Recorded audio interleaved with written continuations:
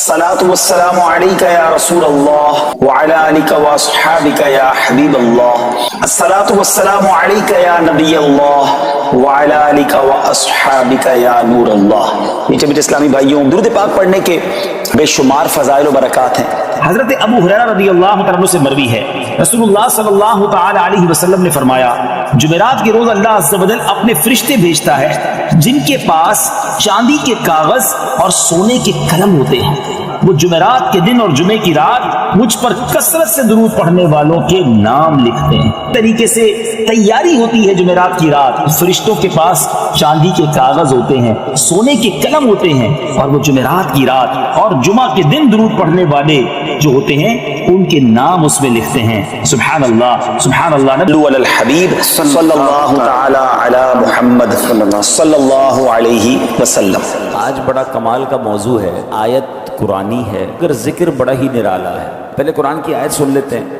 اللہ کریم قرآن مجید میں ارشاد فرماتا ہے، بسم اللہ الرحمن الرحیم، وَمَن يَخْرُجْ مِن بَيْتِهِ مُهَاجِرًا إِلَى اللَّهِ وَرَسُولِهِ ثُمَّ يُدْرِكْهُ الْمَوْتُ فَقَدْ وَقَعَ أَجْرُهُ عَلَى اللَّهِ وَكَانَ اللَّهُ غَفُورًا رَحِيمًا۔ پارہ نمبر 5 ہے، سورہ نساء ہے، اور آیت نمبر 100 نمبر آیت ہے۔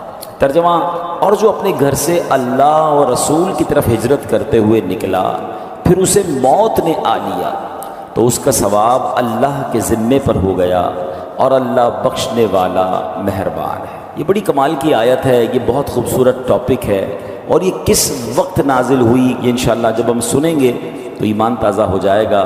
جو سبحان اللہ، تو حج اور مدینے کا سفر نصیب والوں کو ملتا ہے، کاش وہ دن بھی جلد آئے جب ہم گناہ گاروں کو بھی یہ سعادت ملے، ہمیں بھی مکے مدینے سے بلاوا آ جائے، ہم گناہ گاروں کو بھی مدینہ منورہ کی حاضری نصیب ہو جائے۔ اگر آج بات کریں گے اسپیشلی مدینہ منورہ کی، کیونکہ اس جو آیت ہم نے سنی ہے نا، اس کا شان نزول کیا ہے، اس کا بیک گراؤنڈ کیا ہے، کیا فرمایا، اور جو اپنے گھر سے اللہ اور رسول کی طرف ہجرت کرتے ہوئے نکلا، قرآن کہتا ہے۔ پھر فرمایا ثم يدرك الموت فقد وقع اجره على اللہ، پھر اسے موت نے آ لیا تو اس کا ثواب اللہ کے ذمے پر ہو گیا۔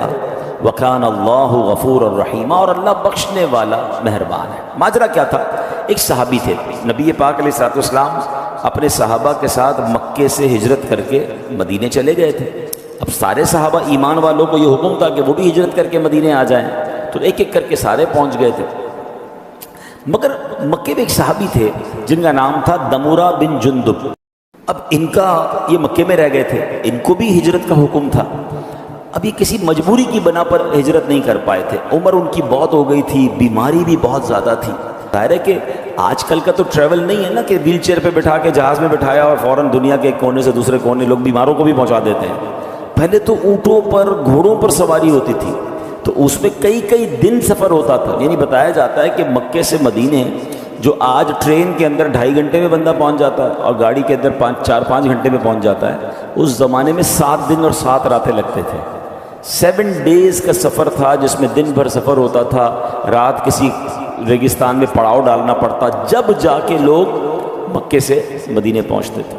تو اب کیا ہوا کہ وہ جب بیمار تھے نہیں جا پا رہے تھے، لیکن ان کا دل بڑا مچلتا تھا، وہ نبی پاک کی یاد آتی تھی، آقا علیہ الصلوۃ والسلام کے دربار میں جانا تھا۔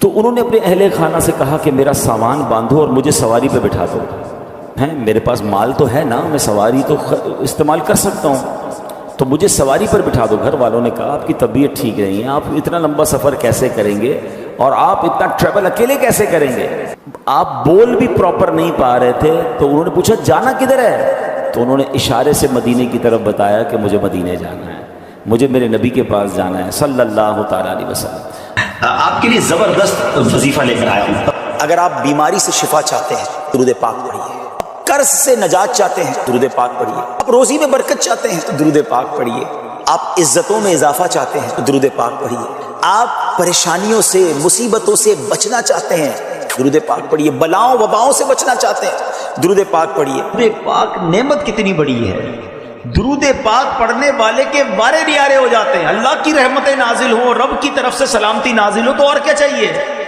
اس پرفتن، اس خطرناک دور میں جب بلائیں ہیں، وبائیں ہیں، ٹینشنیں ہیں، پرابلمز ہیں، خوف ہے، اور ہر بندہ چاہتا ہے کہ وہ سیکیور رہے، صبح گھر سے جائے شام گھر خیر سے آئے، کاروبار پہ خیر رہے، گھر میں خیر رہے، فیملی میں برکت رہے۔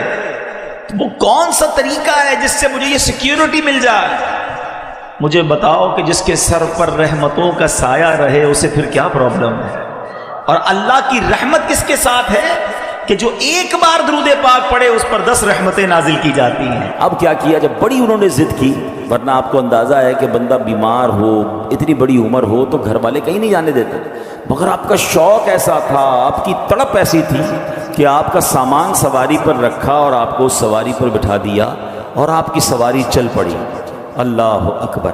ہیں کیسا شوق ہوگا کہ اس عمر میں کہ جب بندے میں ہمت نہیں ہے، آپ اکیلے سواری پر بیٹھ کر روانہ ہو گئے مدینے کی طرف۔ سبحان اللہ! اعلیٰ حضرت امام اہل سنت کا ایک شعر ہے نا، شوق روکے نہ رکے، پاؤں اٹھائے نہ اٹھیں، کیسی مشکل میں ہے اللہ تمنائی دوست۔ کہ ایک ایسا شوق ہے کہ رکنے نہیں دیتا، حالت یہ ہے کہ پیر بھی نہیں اٹھ رہا، مگر ان دونوں مشکلوں میں جو نبی پاک سے محبت رکھنے والا ہے وہ اس کے بھی لطف اٹھا رہا ہے۔ آپ بیٹھ گئے سواری پر، روانہ ہو گئی سواری۔ اب جب یہ سواری روانہ ہوئی تو اگر آج کا نقشہ دیکھیں تو آپ 11 کلومیٹر سے زیادہ سفر نہیں کر پائے۔ جو ماشاءاللہ مکے گئے ہیں وہ جلدی پک کر لیں گے میری بات کو۔ ایک مسجد ہے جس کو مسجد عائشہ کہا جاتا ہے، مسجد عمرہ بھی کہا جاتا ہے، ایک اس کا نام مسجد تنعیم بھی ہے، وہ اب مسجد ہے۔ اس ایریا میں ہی آپ پہنچ پائے، یعنی ابھی آپ مکے سے تھوڑا ہی باہر نکل پائے کہ آپ کا انتقال ہو گیا، آپ مدینے پہنچ نہیں سکے۔ تو اب کیا ہوا کہ لوگوں نے باتیں کرنا شروع کی کہ کاش یہ مدینے پہنچ جاتے تو ان کا ثواب کمپلیٹ ہو جاتا، ان کی ہجرت کمپلیٹ ہو جاتی، یہ مزید ثواب کماتے۔ تو قرآن پاک کی آیت نازل ہوئی، اور اس آیت میں کیا رب نے فرمایا؟ سبحان اللہ! میرے رب کی شان دیکھیں، اللہ کریم کی بارگاہ میں ہے نا، یہ فلسفہ سمجھ لیں، وہاں دل دیکھا جاتا ہے، عمل کی باری تو بہت بعد میں آتی۔ آپ کی نیت کیا تھی؟ آپ نے نیت کر کے کام شروع کر دیا نا، بے شک نہ کر پائیں، میرا کریم جانتا ہے کہ اس کی نیت کیا تھی، اللہ وہ اجر عطا فرما دیتا ہے۔